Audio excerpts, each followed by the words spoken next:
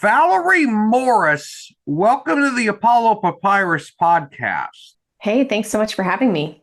You founded a company called Tintero Creative. What services does Tintero Creative provide? Yeah, so we are a digital marketing strategy team. So we do a lot with content marketing, social media, email strategy, all that kind of stuff. But over the last few years, we've been working more and more with authors, doing book launch strategy, book launch management, a lot with kind of helping authors position themselves with their own author brand and think about their brand beyond just one book, but really helping position themselves in a strategic way to have a long-term audience.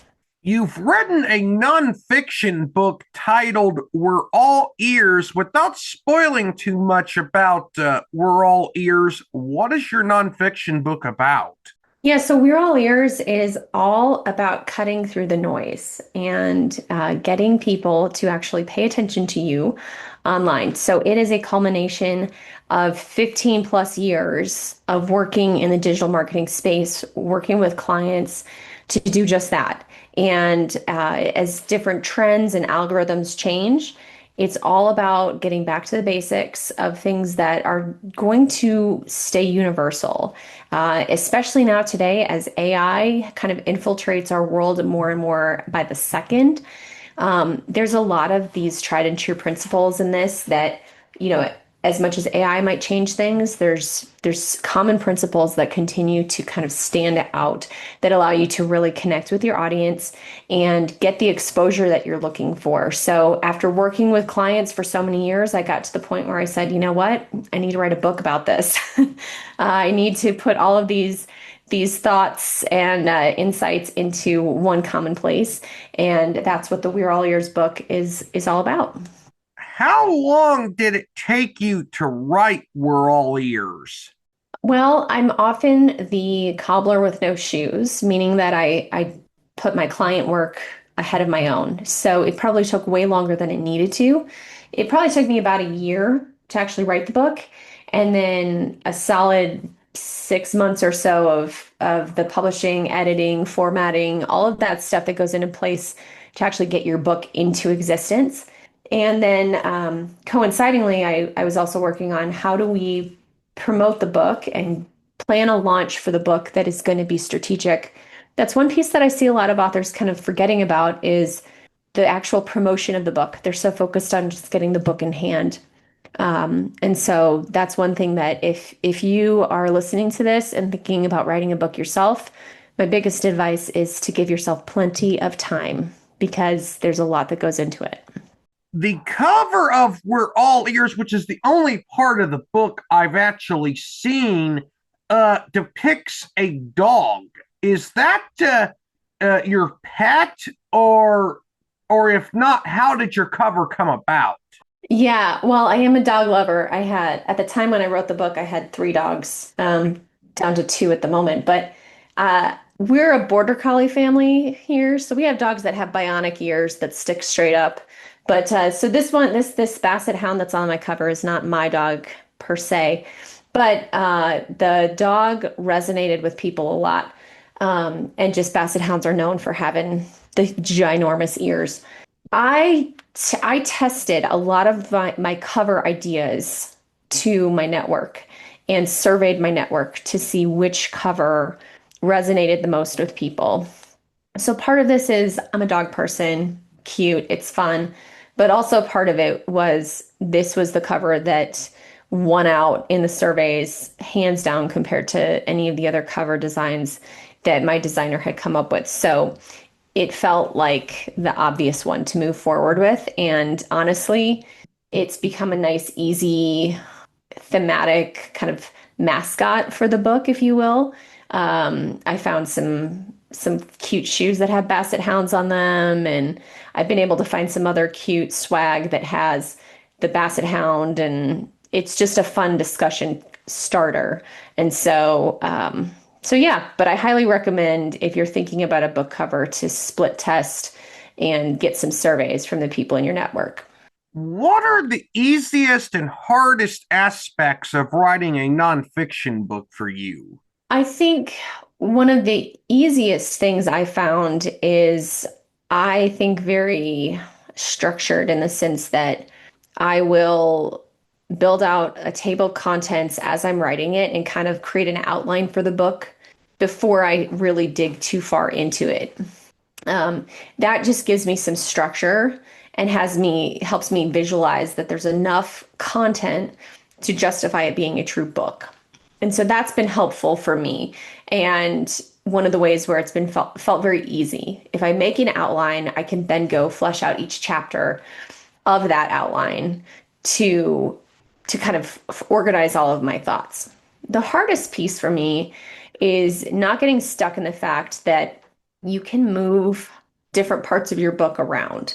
And as I was writing the book, I did realize that certain things flowed better by being in different orders. And so I think that's one of the things that, advice to myself for a next book is to not be afraid to move different chapters or different sections or stories to different parts of the book based on how the writing is going. I think the other big challenge I have is just simply making time for myself to write.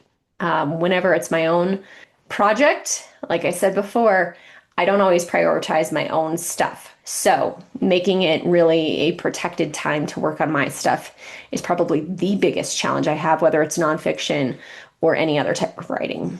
You've also produced a journal. It's called the Year of Less Journal.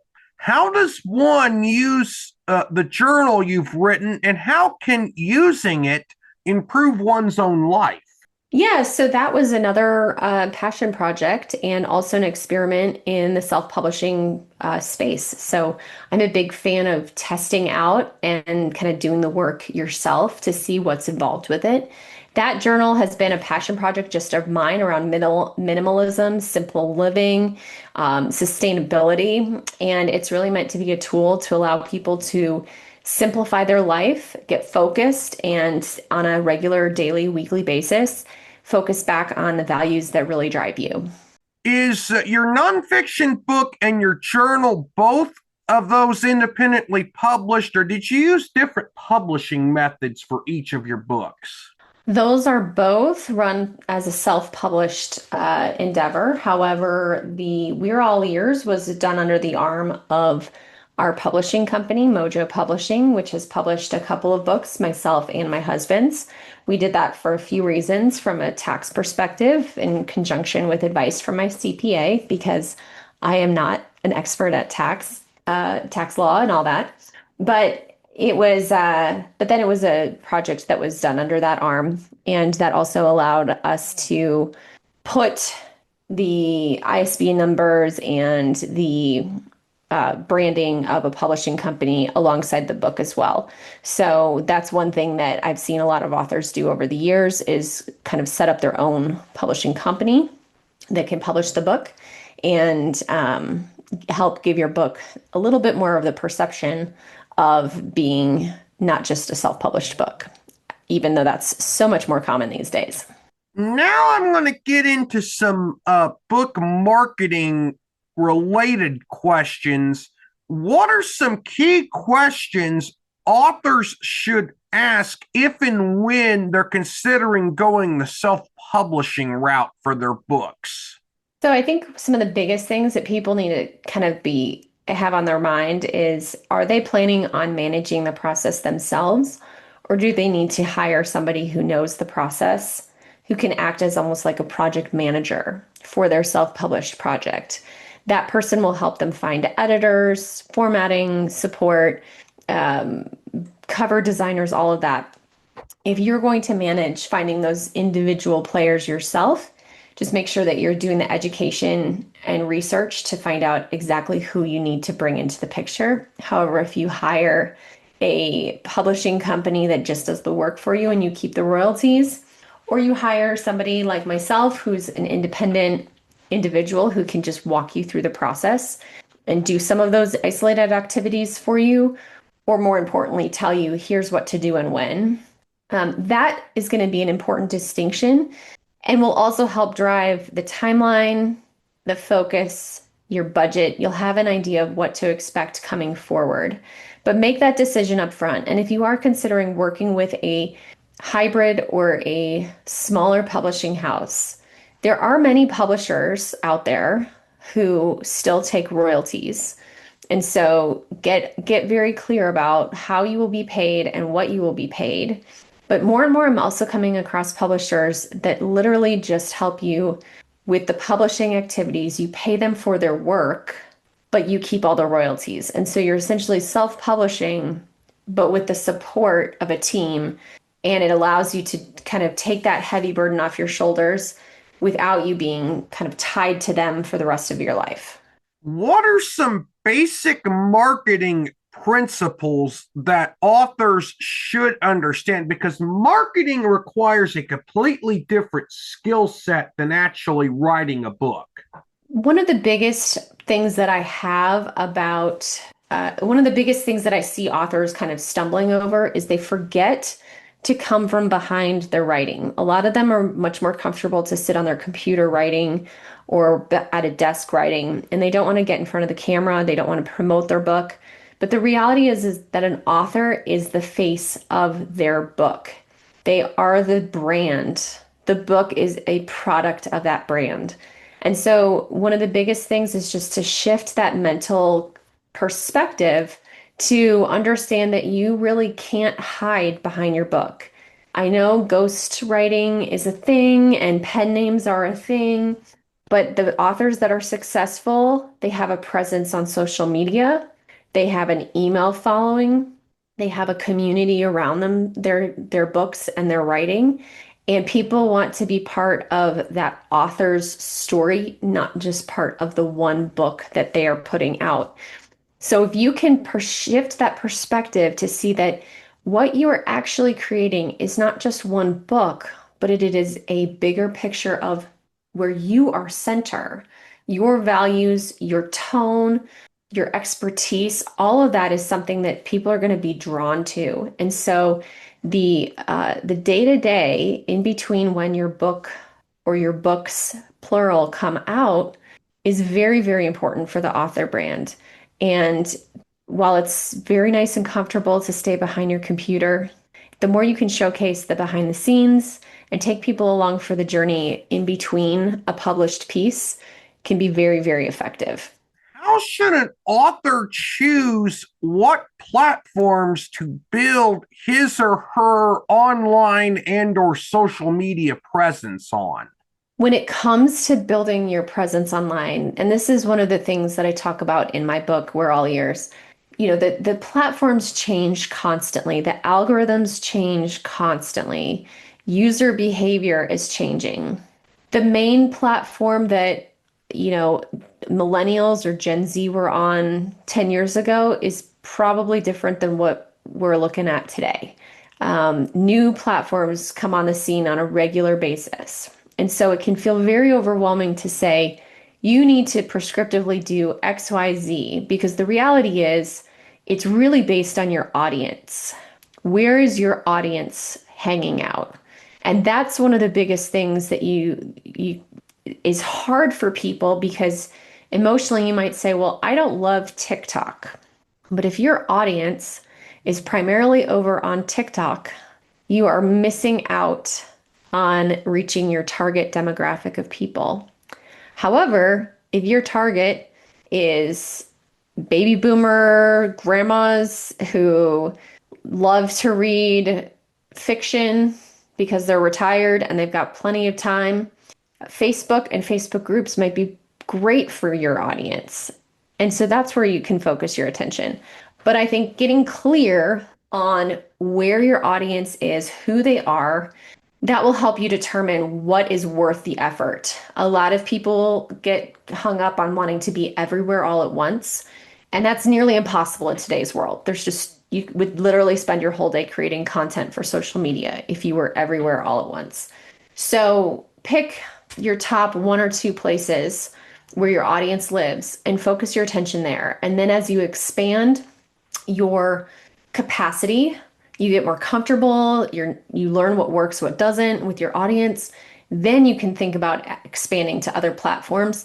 But even then, just because you can doesn't mean you should. So give yourself a little grace to say, I am going to be smart about the key places I'm going to show up. One final question to finish this interview.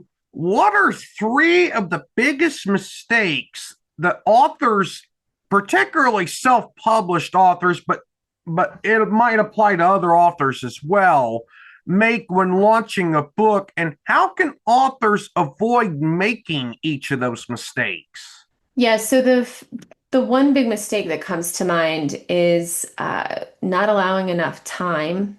A lot of authors completely underestimate how much time it takes to prepare for appropriately for a launch.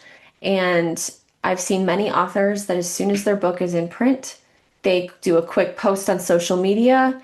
Nobody knew the book was coming. Very few people saw the first post, and that's all that they do. And they don't realize that they could have been building up hype. They could have been building up anticipation. They could have been a little bit more strategic with their book. I've also seen a lot of projects, traditionally published, hybrid published, and self-published, that really come down to the wire. And so an author might have set a launch date for a specific date, not thinking through, is this enough time to allow for any of the unexpected hiccups that might come up along the way, any of the delays in the project. So allow yourself plenty of time. Then the other thing is, like I mentioned earlier, a lot of people, they just focus on getting the book in hand. They don't even think about the marketing and the promotion of their book. Then they look back on it months later and they think, gosh, that felt like a flop. And then they're trying to figure out reactively how to promote their book, when the reality is, if they had taken a few simple steps before their book launched to be strategic about a marketing plan, they could have walked away with a really nice kickstart to some great momentum.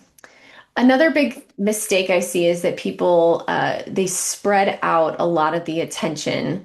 They don't maximize on the fact that people need very focused attention to take action. And so I see a lot of people begging for reviews for their book for months and months and months after their book goes live. And the work that I do with people, we really focus the attention, focus the effort to get the reviews when your book has the most momentum possible. And so you don't have to feel like you have to be bugging people for reviews 3, 6, 9 months later for your book. Of course, you can keep asking from time to time, but you don't have to be desperate to get reviews.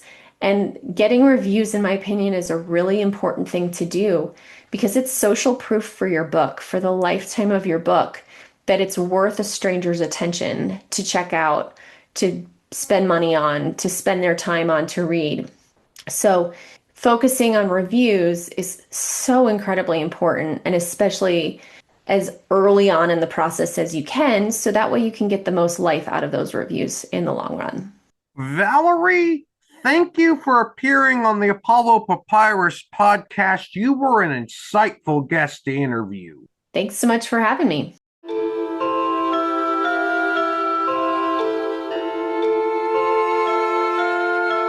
This podcast episode is intended for the private listening of our audience. Any reuse or retransmission of this podcast episode without the express written consent of the podcast host is prohibited except under fair use guidelines. Royalty-free music and sound effects obtained from https://www.zapsplat.com.